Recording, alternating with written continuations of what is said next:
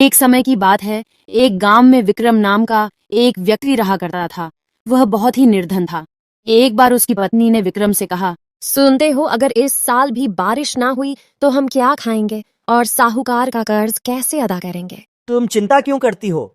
मेरे लड्डू गोपाल है ना, वह मेरी सारी समस्याएं दूर कर देंगे। इतना कहकर विक्रम अपने खेत की ओर जाने लगा और खेत पहुंचकर वह एक पेड़ के नीचे बैठ गया और उसने भगवान लड्डू गोपाल से कहा, हे भगवान, आप मेरे पालनहार हैं। आपकी इच्छा के बिना तो कुछ भी नहीं होता। कृपया करके आप मुझ पर कुछ दया करें और मेरे परिवार का भरण पोषण करें। और इतना कहकर विक्रम वापस खेत में काम करने लगा। खेत में काम करते समय विक्रम की कुल्हाड़ी किसी चीज से टकराई। जब विक्रम ने मिट्टी में देखा तो उसे एक चमकीला पत्थर दिखाई दिया।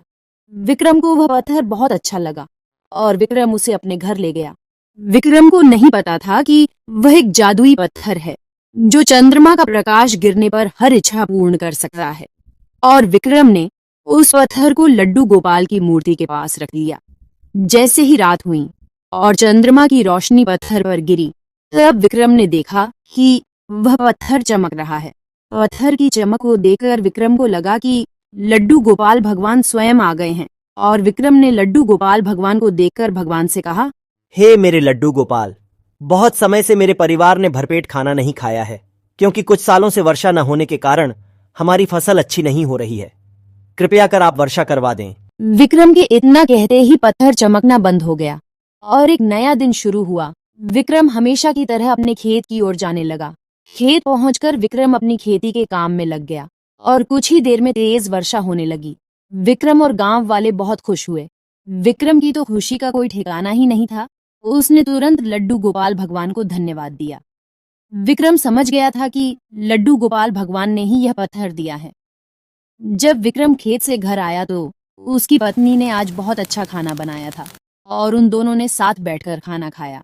खाना खाते ही विक्रम सोने चला गया और जैसे ही चंद्रमा की रोशनी उस पत्थर पर गिरी, तब पत्थर चमकने लगा। विक्रम ने सोचा कि आज और लड्डू गोपाल हमारे घर आए हैं और विक्रम ने लड्डू गोपाल भगवान से कहा, हे प्रभु, हम बहुत निर्धन हैं, कृपा करके हमारी गरीबी को दूर करें, जो इस संसार का सबसे बड़ा दुख है। विक्रम के इतना कहते हैं वह पत्थर चमकना बंद हो गया। और अगली सुबह जब विक्रम अपने घर से निकल रहा था, तब उनके घर पर एक साहूकार आया और साहूकार ने कहा, भैया, क्या आपका नाम ही विक्रम है? हाँ भैया, मेरा ही नाम विक्रम है। सुनो भैया, तुम्हारे पिताजी ने मेरे पिताजी को व्यापार शुरू करने के लिए कुछ धन दिया था और आज मैं उस धन का कर्ज चुकाने आया हूं। यह लो, यह 1,00,000 सोने की मुद्राएं हैं जो मेरे पिताजी ने तुम्हें देने को कहा है। इतना सुनते ही विक्रम की तो खुशी का ठिकाना ही नहीं रहा और विक्रम समझ गया था कि यह सब लड्डू गोपाल के दिए हुए उस पत्थर का ही कमाल है। ऐसे ही कुछ दिन बीते गए और विक्रम ने अपना एक अच्छा घर बना लिया और खुशी खुशी रहने लगा। एक दिन विक्रम का मित्र विक्रम के घर आया। विक्रम के मित्र को पता था कि जब से विक्रम के पास यह पत्थर आया है, तब से वह बहुत अमीर हो गया है। विक्रम का मित्र विक्रम के घर पत्थर चुराने आया था। मित्र ने मौका मिलते ही पत्थर को चुरा लिया और विक्रम के घर से निकल गया। विक्रम का मित्र अपने घर जाते हुए यह सोच रहा था कि अब तो मैं बहुत अमीर हो जाऊंगा और विक्रम को भी अपना दास बना लूंगा।